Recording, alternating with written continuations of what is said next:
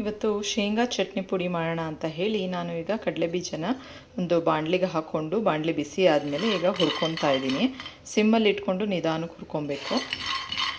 So ಕೈ ಆಡಿಸ್ತಾನೆ ಇರಬೇಕು, ಇಲ್ಲಾಂದರೆ ಒಂದು ಕಡೆ ಸೀದೋದ್ರೆ ಚಟ್ನಿ ಪುಡಿ ಅಷ್ಟು ಚೆನ್ನಾಗಿ ಬರಲ್ಲ. ಟೇಸ್ಟು ಸೀದ್ ಥರ ಟೇಸ್ಟ್ ಇರುತ್ತೆ.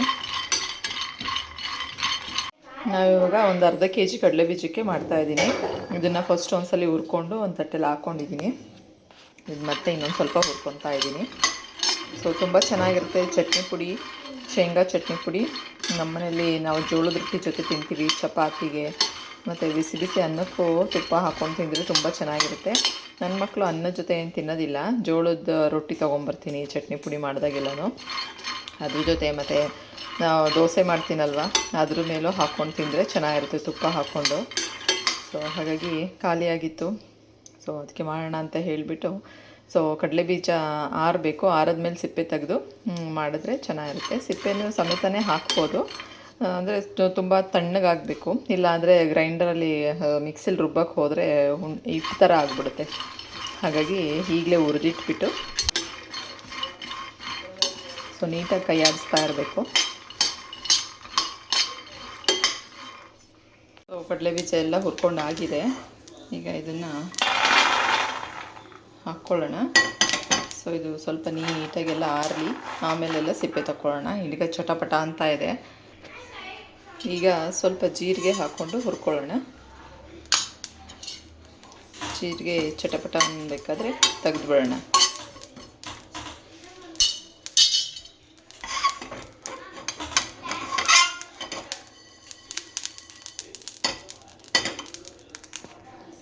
ನೆಕ್ಸ್ಟು ಸ್ವಲ್ಪ ಎಣ್ಣೆ ಹಾಕ್ಕೊಳ್ಳೋಣ. ಎಣ್ಣೆ ಕಾಯ್ದಿದೆ. ಎಣ್ಣೆ ಕಾಯ್ದ ಮೇಲೆ ಅದಕ್ಕೆ ಕರಿಬೇವಿನ ಸೊಪ್ಪು,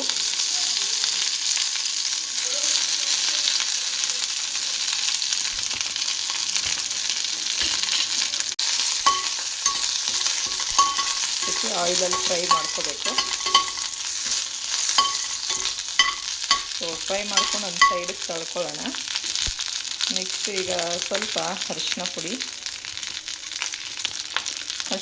ಮತ್ತು ಚಿಲ್ಲಿ ಪೌಡರ್ ಹಾಕ್ಕೊಳ್ಳೋದ್ರಿಂದ ಕಲ್ಲರು ಹಾಗೇ ಇರುತ್ತೆ, ಕೆಂಪಾಗಿರುತ್ತೆ ಕಲ್ಲರು.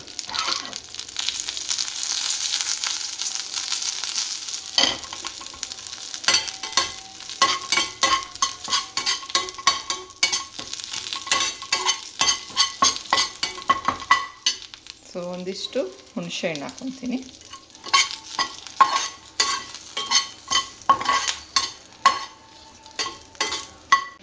ನೆಕ್ಸ್ಟು ಒಂದೆರಡು ಗೆಡ್ಡೆಯಷ್ಟು ಬೆಳ್ಳುಳ್ಳಿನ ಬಿಡಿಸ್ಕೊಂಡು ರುಬ್ಬಕ್ಕೆ ಅದ್ರ ಜೊತೆ ಹಾಕ್ಕೊಬೇಕು.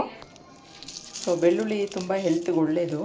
ಸೊ ಬೆಳಗ್ಗೆ ಎದ್ದ ತಕ್ಷಣ ಬೆಳ್ಳುಳ್ಳಿನ ಸಣ್ಣ ಸಣ್ಣದು ಹಾಗೆ ಕಟ್ ಮಾಡಿಕೊಂಡು ತಿನ್ನೋದ್ರಿಂದ ಆರೋಗ್ಯಕ್ಕೆ ತುಂಬ ಒಳ್ಳೆಯದು ಬೆಳ್ಳುಳ್ಳಿ. ಸೊ ಇದನ್ನು ಹುರಿದಿರೋದನ್ನ ಇದನ್ನೆಲ್ಲ ಎತ್ತಿಟ್ಕೊಂಡಿದ್ದೀನಿ. ಕಡಲೆಬೀಜ ಇದು ಆರಕ್ಕಿಟ್ಟಿದ್ದೀನಿ. ನೆಕ್ಸ್ಟ್ ಇಲ್ಲಿ ಬೆಳ್ಳುಳ್ಳಿ ಬಿಡಿಸ್ಕೊಳ್ಳೋಣ. ನೋಡಿ ಎಷ್ಟು ಬೆಳ್ಳುಳ್ಳಿ ಹಾಕ್ಕೊತೀನಿ. ಸೊ ಇದನ್ನೆಲ್ಲ ಮಿಕ್ಸಿಗೆ ಜಾರಲ್ಲಿ ಗ್ರೈಂಡ್ ಮಾಡ್ಕೊಳ್ಳೋಣ. ಸ್ವಲ್ಪ ಕಡಲೆಬೀಜ ಎಲ್ಲ ಸಿಪ್ಪೆ ತಗೊಂಡ್ಮೇಲೆ ಮಾಡೋಣ. ಇದನ್ನು ಬಿಸಿ ಇದೆ. ನೆಕ್ಸ್ಟ್ ಈಗ ಸ್ವಲ್ಪ ಮೆಣಸಿನ್ಕಾಯಿನ ಹುರಿದ್ಬಿಟ್ಟು ಚಟ್ನಿ ಪುಡಿ ಜೊತೆಗೆ ಸೇರಿಸ್ಕೊತಾ ಇದ್ದೀನಿ.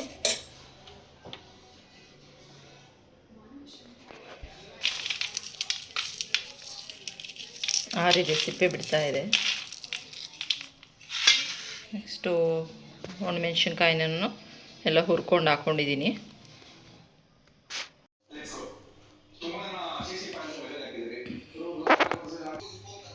ಸ್ವಲ್ಪ ಬೆಲ್ಲ ಹಾಕ್ಕೊತಾ ಇದ್ದೀನಿ.